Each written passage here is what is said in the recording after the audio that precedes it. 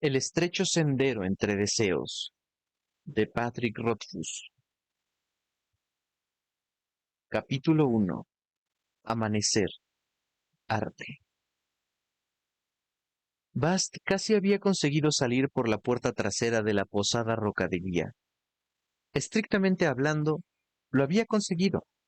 Ambos pies habían traspasado el umbral y a la puerta solo le faltaba una rendija para cerrarse. Entonces, oyó la voz de su maestro y se quedó completamente quieto.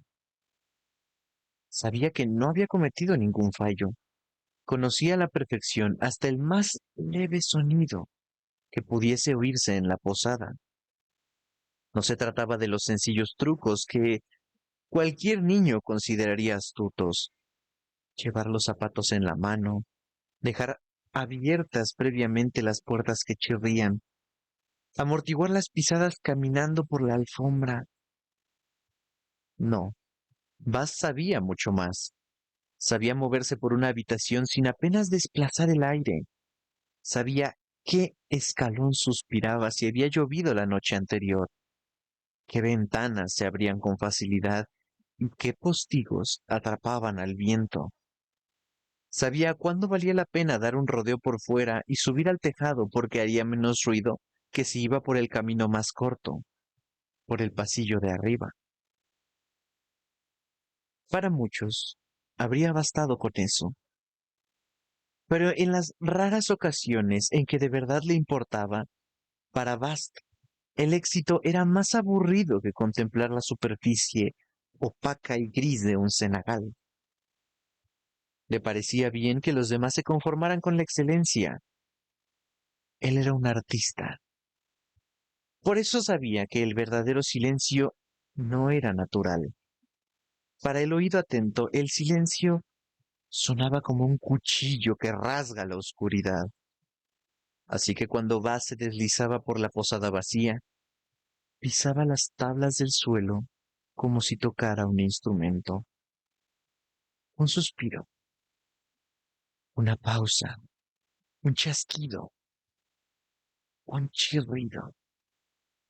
Sonidos que sorprenderían a un huésped que intentara conciliar el sueño, pero para alguien que vivía allí, no eran nada, eran menos que nada. Era el cómodo sonido de unos pesados huesos de madera que se encajaban poco a poco en la tierra, tan fácil de ignorar como el amante que por las noches se remueve a tu lado en la cama. Consciente de todo eso, Bast miró la puerta. Mantenía bien engrasadas las relucientes bisagras de latón, pero aún así corrió la posición de la mano y tiró del picaporte hacia arriba para que el peso de la hoja no descendiera, y entonces sí dejó que se cerrase lentamente.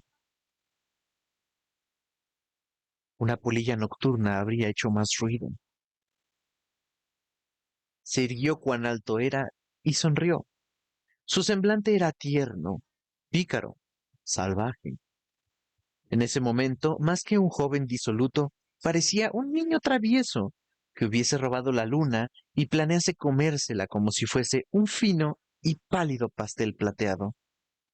Su sonrisa era como el último creciente de la luna, blanca, afilada, peligrosa.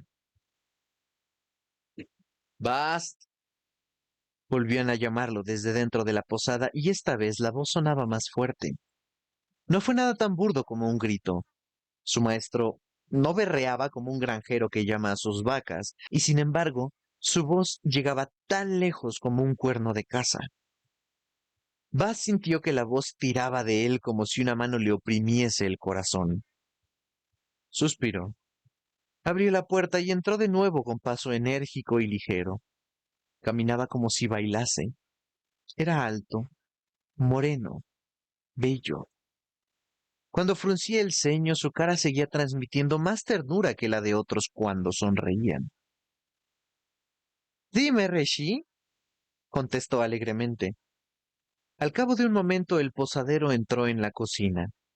Llevaba puesto un impoluto delantal blanco y tenía el pelo rojo.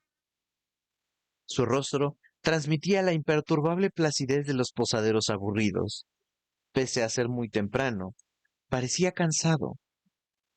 Le tendió a Bast un libro encuadernado en cuero. Casi se te olvida esto, dijo, sin la más leve pizca de sarcasmo. Ah, gracias, Reshin, dijo Bast fingiendo sorpresa. De nada, Bast. Los labios del posadero formaron una sonrisa. Ya que vas a salir, ¿te importaría traer unos huevos? Bast asintió y se guardó el libro bajo el brazo. ¿Algo más? Preguntó. Quizá unas zanahorias. Esta noche podríamos preparar un guiso. Hoy es abatida. Tenemos que estar preparados para recibir a mucha gente. Cuando dijo eso, una comisura de su boca se torció ligeramente hacia arriba. Huevos y zanahorias, dijo Bast, obediente. El posadero hizo ademán de darse la vuelta, pero entonces se detuvo. Ah, ayer vino el chico de los Tillman, preguntaba por ti. Bast ladeó la cabeza y puso cara de desconcierto. Creo que es el hijo de Jason, ¿no? Aportó el posadero a la vez que colocaba una mano más o menos a la altura del pecho. ¿Pelo castaño oscuro? Dijo que se llamaba... No terminó la frase y entrecerró los ojos mientras hacía memoria. Raik. Bast dejó caer el nombre como una masa de hierro candente y rápidamente se apresuró a añadir con la esperanza de que su maestro no lo notara. Los Tillman son los leñadores que viven al sur del pueblo.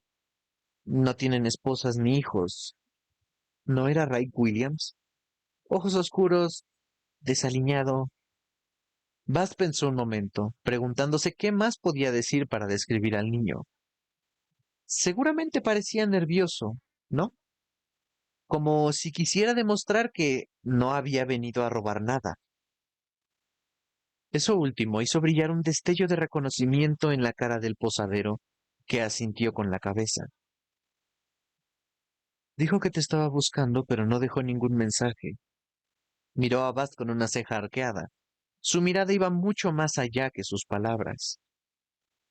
No tengo ni idea de qué puede querer, dijo Bast con aparente sinceridad.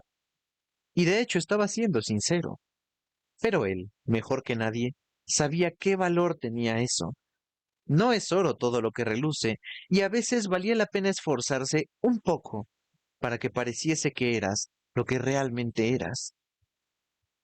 El posadero asintió con la cabeza, hizo un ruidito evasivo y regresó a la taberna. Si dijo algo más, Bast no lo oyó, pues ya corría ligero por la hierba cubierta de rocío y bajo la estremecedora luz gris azulada del amanecer.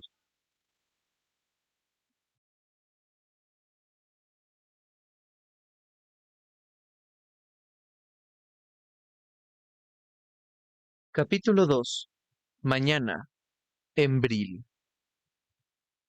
Cuando llegó Bast, el sol asomaba por encima de los árboles y teñía las nubes, finas y escasas, de pálidos tonos rosa y violeta. Ya había dos niños esperando en el claro. Respetuosos, se mantenían a cierta distancia de la cima de la pequeña colina y jugaban en el enorme tinolito medio caído que estaba al pie. Trepaban por un lado para luego saltar y riendo caer sobre la hierba crecida. Consciente de que lo observaban, Bast se tomó su tiempo para remontar la colina. En lo alto estaba lo que los niños llamaban el árbol del rayo, aunque lo único que quedaba de él era un tronco grueso, roto, sin ramas. Aquel árbol debía de haber sido enorme, pues hasta sus restos eran tan altos que Bast apenas alcanzaba a tocar la parte de arriba. La corteza se había desprendido hacía mucho y con los años el sol había desteñido la madera desnuda hasta tornarla blanca como los huesos, excepto alrededor del irregular extremo superior. Allí, incluso después de tanto tiempo, la madera estaba completamente negra y carbonizada, como si el rayo hubiese querido firmar su obra, por lo que quedaba del tronco descendía una marca varias veces bifurcada, negra y cruel, su retrato grabado en la madera blanca. Bast alargó la mano izquierda y tocó el tronco liso con la yema de los dedos mientras, despacio, daba una vuelta completa alrededor del árbol. Caminó en el sentido contrario a las agujas del reloj, girando contra el mundo, como se gira para romper, 3 veces. Luego cambió de mano y caminó despacio alrededor del árbol en la dirección opuesta, girando como gira el sol, 3 lentos círculos en el sentido de las agujas del reloj, como se gira para crear. Así siguió mientras los niños lo observaban, hacia un lado y hacia el otro, como si el árbol fuese una bobina que él enrollara y desenrollara. Por último, Bast se sentó y apoyó la espalda en el árbol. Dejó el libro encima de una piedra, cerca de él. El sol naciente se reflejaba, rojo, en el oro martillado del título, Kellum Tincture. Entonces Bast se distrajo lanzando piedras al riachuelo, que surcaba la ladera de la colina al otro lado del litinolito. Al cabo de un minuto, una niña rubia de cara redonda empezó a subir fatigosamente la colina. Era Bran, la hija pequeña del panadero. Olía a sudor, a pan y a algo más, algo que no encajaba. La niña se aproximó con lentitud, como si realizara un ritual. Coronó la pequeña colina y se quedó un momento allí plantada. Los únicos ruidos que se oían eran los que hacían los otros niños que seguían abajo y habían reanudado sus juegos. Al final, Bast giró la cabeza y miró a la niña. No tendría más de 9 años. Iba un poco mejor vestida y estaba mejor alimentada que la mayoría de los otros niños del pueblo. Llevaba un paño blanco en la mano. Nerviosa, ella dio un paso adelante y tragó saliva. Necesito una mentira. Bast asintió sin mudar la expresión. ¿De qué tipo? Bran abrió la mano con cuidado y dejó al descubierto una gran mancha roja en el paño. La tela se le había adherido un poco a la mano. Un vendaje improvisado. Bast asintió y comprendió qué era aquel olor que había detectado antes. Estaba jugando con los cuchillos de mi madre, dijo Bran, avergonzada. Bast tendió una mano y la niña se acercó un poco más a él. Bast le retiró el paño con sus largos dedos y examinó el corte. Ocupaba todo el pulpejo de la mano, pero no era demasiado profundo. ¿Te duele mucho? Menos que los golpes de vara que me dará si se entera de que estuve tocando sus cuchillos, masculló Bran. Bast la miró. ¿Limpiaste el cuchillo y lo devolviste a su sitio? Bran asintió. Bast se tocó los labios con la yema de los dedos, pensativo. ¿Te ha parecido ver una gran rata negra? ¿Te has asustado? Le lanzaste un cuchillo y te cortaste. Ayer un amigo te contó que las ratas les comen las orejas a los soldados mientras duermen. Anoche tuviste pesadillas. Bran se estremeció. ¿Quién me contó esa historia? Bast le quitó importancia a la pregunta con un ademán. Escoge a alguien que te caiga mal. La niña sonrió con malicia. Bast empezó a contar con los dedos. Pon un poco de sangre fresca en el cuchillo y déjalo por ahí, tirado. Señaló el paño con el que la niña se había envuelto la mano. Deshazte de eso. La sangre está seca, es obvio que es vieja. ¿Sabes fingir que lloras? La niña negó con la cabeza. Parecía un poco avergonzada. Ponte sal alrededor de los ojos. dijo Bast escuetamente, y quizá un poco de pimienta en la nariz. No vayas hasta que te resbalen las lágrimas y los mocos por la cara. Y entonces... Bast levantó un dedo a modo de advertencia. Intenta no llorar. No te sorbas la nariz. No parpadees. Cuando tu madre te pregunte qué te ha pasado en la mano, dile que lo sientes mucho si el cuchillo se ha estropeado. Bran escuchaba atentamente. Al principio asentía despacio con la cabeza, luego más deprisa, y sonrió. Bueno, miró nerviosa alrededor. ¿Qué te debo? ¿Algún secreto? Le preguntó Bast. La hija del panadero reflexionó durante un minuto. La viuda Krill se acuesta con el marido de la molinera, dijo, esperanzada. Bast agitó una mano como si espantara una mosca. Hace años, eso no es ningún secreto, dijo.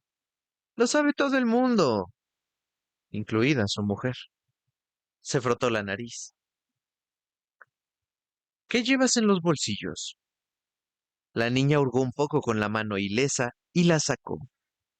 En ella tenía un trozo de cuerda enredada, dos ardites de hierro, una piedra verde, un botón azul y un cráneo de pájaro. Bast tomó la cuerda. Luego, con cuidado de no tocar los ardites, pescó la piedra verde de entre el resto de las cosas. Era plana y de forma irregular, y tenía grabada la cara de una mujer dormida. ¿Es un embril? Preguntó, sorprendido. Bran se encogió de hombros. Parece una piedra de un telgimario. Sirven para adivinar el futuro. Bast expuso la piedra a la luz. ¿De dónde la sacaste? Hice un intercambio con Raik, respondió Bran. Me dijo que era un nordal, pero él solo... Los ojos de Bast se achicaron cuando oyó el nombre del niño y sus labios dibujaron una línea recta. Bran, que ya había tardado en darse cuenta de su error, se quedó callada. Desvió la mirada hacia aquí y hacia allá, poniendo en evidencia su nerviosismo. Yo... Se pasó la lengua por los labios, aturullada. Me preguntaste... Con gesto avinagrado, Gram miró la piedra como si hubiese empezado a oler mal.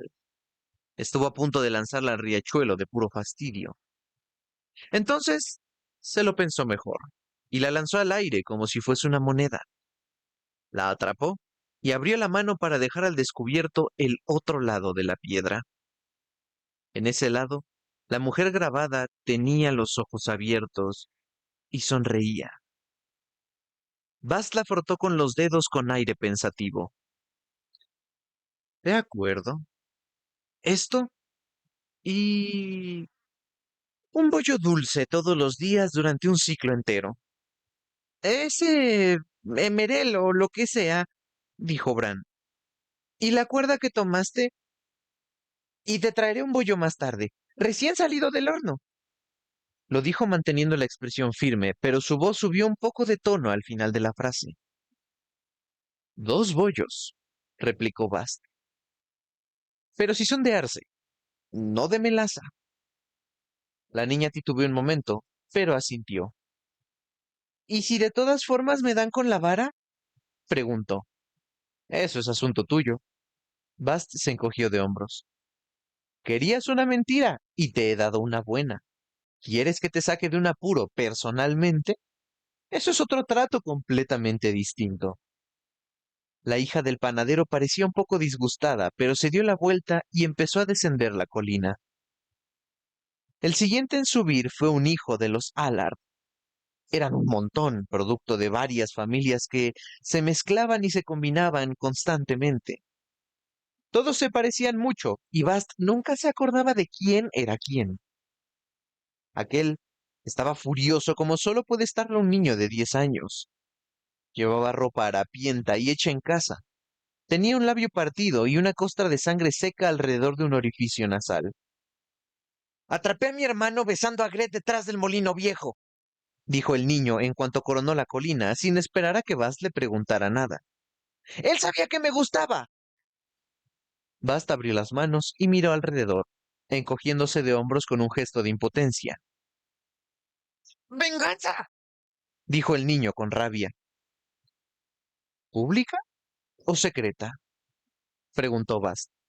El niño se tocó el labio partido con la punta de la lengua. Venganza secreta, contestó en voz baja. Aquel gesto le refrescó la memoria a Bast. Era Cale. Una vez había intentado cambiarle a Bast un par de ranas por una maldición que haga que alguien no pueda parar de echarse pedos. Las negociaciones se habían ido acalorando hasta fracasar. El chico tenía el cerebro más espeso que las gachas de un príncipe, pero Bast, aunque con reticencias, todavía sentía admiración por él. ¿Cuánta venganza? Preguntó Bast. El niño caviló un poco, luego levantó las manos y las separó marcando una distancia de medio metro. Así. Hmm. ¿Cuánta en escala que va de ratón a toro? El niño se frotó la nariz. "Mm, Más o menos del tamaño de un gato", dijo. O quizá de un perro, pero no como los perros de Martin el chiflado, como los perros de los Benton. Bast echó la cabeza hacia atrás, como si reflexionara sobre eso. Vale, dijo. Me aten sus zapatos. El niño se mostró escéptico. Eso no es una venganza del tamaño de un perro. Bast hizo un movimiento apaciguador con la mano en la que tenía la piedra verde. Te meas en una taza y la escondes. Déjala reposar un par de días. Luego, una noche, cuando él deje sus zapatos junto al fuego, échales el meado dentro. No hagas un charco, solo mójalos un poco. Por la mañana los zapatos se habrán secado y seguramente ni siquiera olerán. ¿Y qué gracia tiene eso? Estalló Cale y levantó las manos en un gesto de frustración. ¡Eso es una venganza de pulga! Bast continuó, como si el niño no hubiese hablado. Haz eso 3 o 4 noches seguidas que no te atrapen. No te pases. Humedécelos solo un poco para que estén secos por la mañana. Bast levantó una mano antes de que Kay lo interrumpiera. Después, cuando le suden los pies, empezará a oler un poco a pis. Bast observó la cara de Kale mientras continuaba. ¿Que pisa un charco? Luego olerá a pis. ¿Que por la mañana el rocío le moja los pies? Olerá un poco a pis. ¿Solo un poco? Dijo Cale desconcertado. Bast dio un suspiro ruidoso, exagerado. Ay, así será fácil que no se dé cuenta y difícil que averigüe de dónde proviene el olor. Y como solo olerá un poco, acabará acostumbrándose. El niño se quedó pensativo. Y ya sabes que el pis de varios días huele cada vez peor, ¿no? Él se acostumbrará, pero los demás no. Bast sonrió.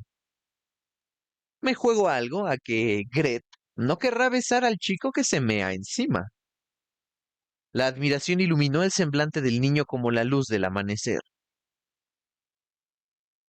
Eso es la cosa más cruel que he oído jamás, dijo.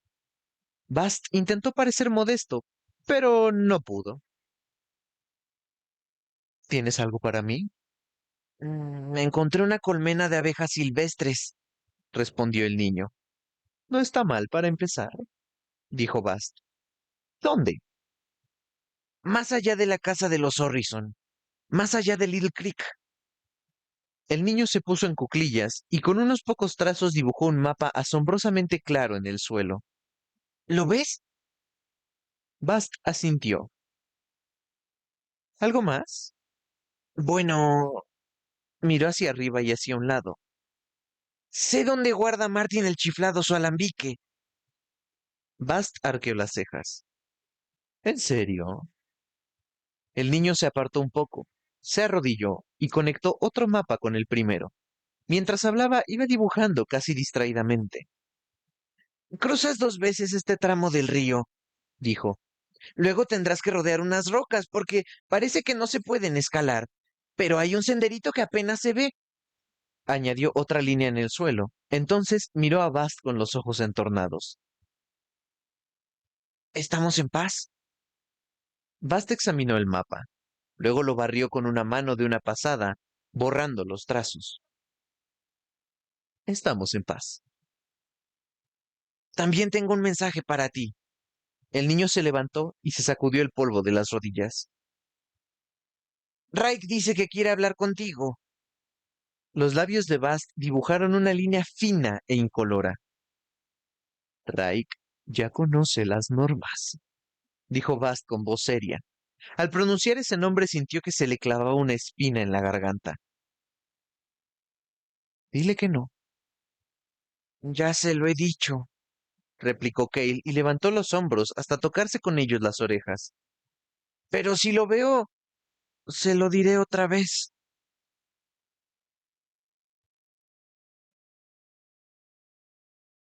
A continuación, Bast se puso Kelom Tinture debajo del brazo y fue a dar un paseo sin rumbo fijo. Encontró frambuesas silvestres y se las comió. Saltó una valla para beber agua del pozo de los Ostlar y acarició a su perro. Encontró un palo interesante y lo usó para tocar cosas hasta que se tiró al suelo un nido de avispones que no estaba tan abandonado como él creía. En la espantada perdió el palo, resbaló por una pendiente de piedras sueltas y se hizo un desgarrón en una rodilla del pantalón. Al final, Bast escaló hasta lo alto de un risco donde un acebo viejo y retorcido se extendía contra el cielo. Dejó el libro encuadernado en piel apoyado sobre una rama. Entonces metió la mano en un agujero redondo que había en el tronco del árbol. Al cabo de un momento extrajo un paquetito oscuro que le cabía en la palma de la mano. Desdobló el paquete, que resultó ser un saco de piel blanda y oscura. Aflojó el cordón y metió dentro el liso y verde embril. Al caer hizo un débil tic, como si una canica chocara con otras canicas. Fue a dejar el saquito en su sitio, pero se lo pensó un momento y se sentó con las piernas cruzadas en el suelo. Apartó hojas y ramitas, metió una mano dentro del saquito y removió distraídamente su contenido. Hizo un ruido extraño y complejo. Sonó a madera, piedra y metal empujándose unos a otros. Bast cerró los ojos y contuvo la respiración. Entonces sacó la mano y lanzó el contenido al aire. Abrió los ojos y vio caer rodando 4 embriles. 3 de ellos formaron un burdo triángulo. Un trozo de cuerno blancuzco con un creciente de luna tallado, un disco de arcilla con una ola estilizada y un azulejo con un caramillero danzarín. Fuera del triángulo había un objeto que semejaba media moneda de hierro, pero que no lo era. Bast los miró y arrugó ligeramente el ceño. Volvió a cerrar los ojos y contuvo la respiración. Metió otra vez la mano en el saquito y lanzó de nuevo al aire. Esta vez el objeto cayó entre el embril de cuerno y el de arcilla. Era un trozo plano de madera blanca, con un huso tallado de tal forma que el veteado de la madera semejaba hilo enrollado. Bast frunció el ceño. Alzó la vista al cielo, despejado y luminoso. No soplaba mucho viento, templado, pero no cálido. Llevaba todo un ciclo sin llover. Horas antes del mediodía de abatida, no era día de mercado. Asintió con la cabeza y guardó las piezas en el saquito. Bajó hasta más allá de la casa del viejo Lant. Siguió junto a las zarzas que bordeaban la granja de los Allard hasta llegar a una parte pantanosa de Little Creek, donde cortó un puñado de juncos con una navaja pequeña y reluciente. Encontró un trozo de cuerda en su bolsillo y los unió rápidamente, formando un caramillo de pastor. Sopló sobre los juncos y ladeó la cabeza ante su dulce disonancia. Su reluciente navaja lanzó unos cuantos destellos y Bast volvió a probar los juncos. ya estaban casi afinados, lo que hacía que la disonancia resultase mucho más estridente. En eso había una lección. La hoja de la navaja destelló de nuevo, una vez, dos veces, tres. Sin molestarse en volver a comprobar el sonido, Bast se guardó la navaja. Se miró el lado del dedo donde la navaja lo había rozado, dejándole una línea tan fina que se diría que el corte se lo había hecho una brizna de hierba. Entonces brotó la sangre, roja como una amapola. Se metió el dedo en la boca, luego se acercó el caramillo a la cara. Inspiró hondo por la nariz y aspiró el olor húmedo y verde de los juncos. Se humedeció los labios y lamió el extremo recién cortado de los juncos, y de pronto, en la punta de su lengua se atisbó un destello rojo. Entonces tomó aire y sopló en el caramillo. Esta vez el sonido fue brillante como la luz de la luna, vivaz como un pez saltarín, dulce como un fruto robado. Bajó el caramillo y oyó, a lo lejos, el balido débil y anodino de unas ovejas. Al llegar a lo alto de la colina, Bast oteó 2 docenas de ovejas gruesas y embobadas que comían hierba en el valle que había abajo. Era un lugar recóndito y sombrío. Las escarpadas laderas del valle impedían que las ovejas se perdieran. Hasta el perro pastor dormitaba tumbado perezosamente sobre una roca caliente. Un joven estaba sentado bajo un gran olmo desde donde se contemplaba el valle. Había dejado el largo cayado de pastor apoyado en el tronco del árbol. Se había descalzado y el sombrero, bien calado, le tapaba los ojos. Llevaba un pantalón verde holgado y una camisa de color amarillo chillón que resaltaba el intenso bronceado de su cara y sus brazos. Tenía el pelo largo y tupido, del color del trigo maduro. Bast empezó a tocar a medida que descendía la colina. Una peligrosa melodía, débil, lenta y ladina como una suave brisa. Al oírla, el pastor se incorporó, levantó la cabeza emocionado, pero no. Debía de haber oído otra cosa porque no miró hacia donde estaba Bast. Sin embargo, se puso en pie. No hacía un calor excesivo, pero se abanicó con el sombrero. Luego se quitó lentamente la camisa amarilla y se secó la frente con ella antes de colgarla en una rama cercana. Entonces se desperezó. Entrelazó las manos por encima de la cabeza y los músculos de sus hombros y su espalda se retorcieron unos contra otros. La melodía de Bast cambió un poco y se volvió vivaz y ligera como el agua que discurre sobre un lecho de piedras. Al oírla, el perro pastor levantó la cabeza, miró un momento a Bast y luego volvió a apoyarla en la piedra sin mostrar ni el más mínimo interés. El pastor, por su parte, no dio señal alguna de haberla oído. Sin embargo, cogió una manta que tenía allí y la extendió bajo el árbol, lo que pareció un poco extraño, pues llevaba rato sentado en el mismo sitio sin la manta. Quizá tuviese frío, ahora que se había quitado la camisa. Sí, debía ser eso. Bast siguió tocando mientras bajaba por la ladera del valle. Su música era dulce y juguetona a la vez que lánguida. El pastor se sentó en la manta, se inclinó hacia atrás y sacudió ligeramente la cabeza. Su largo cabello de color miel cayó de sus hombros, dejando al descubierto la adorable línea de su cuello, desde la oreja perfecta con forma de caracola hasta la amplia extensión de su pecho. Bast, que lo observaba atentamente mientras seguía descendiendo, cometió la torpeza de pisar una piedra suelta y tropezó. Emitió una nota fuerte y estridente y luego dejó de tocar unas cuantas notas de la canción mientras extendía un brazo para mantener el equilibrio. Entonces el pastor rió. Al principio pareció que estuviese riéndose de Bast, pero no. Era obvio que no se trataba de eso, pues miraba fijamente en la dirección opuesta. Además se tapaba la boca. Seguramente había tosido. Tal vez las ovejas hubiesen hecho algo gracioso.